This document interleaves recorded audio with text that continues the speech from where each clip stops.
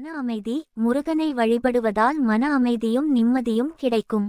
கஷ்டங்கள் நீங்கும். பக்தர்களின் கஷ்டங்களையும் மனக்குறைகளையும் தீர்ப்பார் என்று நம்பப்படுகிறது. நினைத்தது நிறைவேறும். முழு பக்தியுடன் வழிபட்டால் வேண்டியவை நிறைவேறும். தடைகள் விலகும். ஓம் சுப்பிரமணியாய நமக போன்ற மந்திரங்கள் தடைகளை நீக்கும் என கூறப்படுகிறது. செல்வ வளம். வழிபாடு செய்வதன் மூலம் செல்வ வளம் பெருகும். வலிமை மற்றும் உற்சாகம்.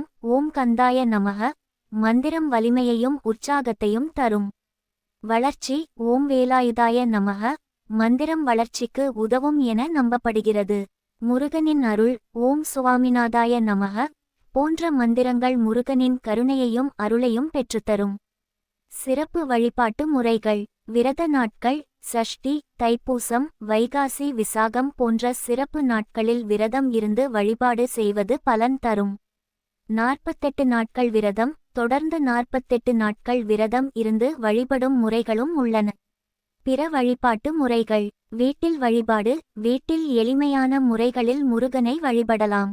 கோவிலில் வழிபாடு. கோவில்களில் வெவ்வேறு தலங்களுக்கு ஏற்ப பூஜைகள் மற்றும் வழிபாட்டு முறைகள் மாறுபடும். உதாரணமாக, திருச்செந்தூரில் முதலில் கடலில் நீராடிவிட்டு பிறகு வழிபடுவது ஒரு முறையாகும்.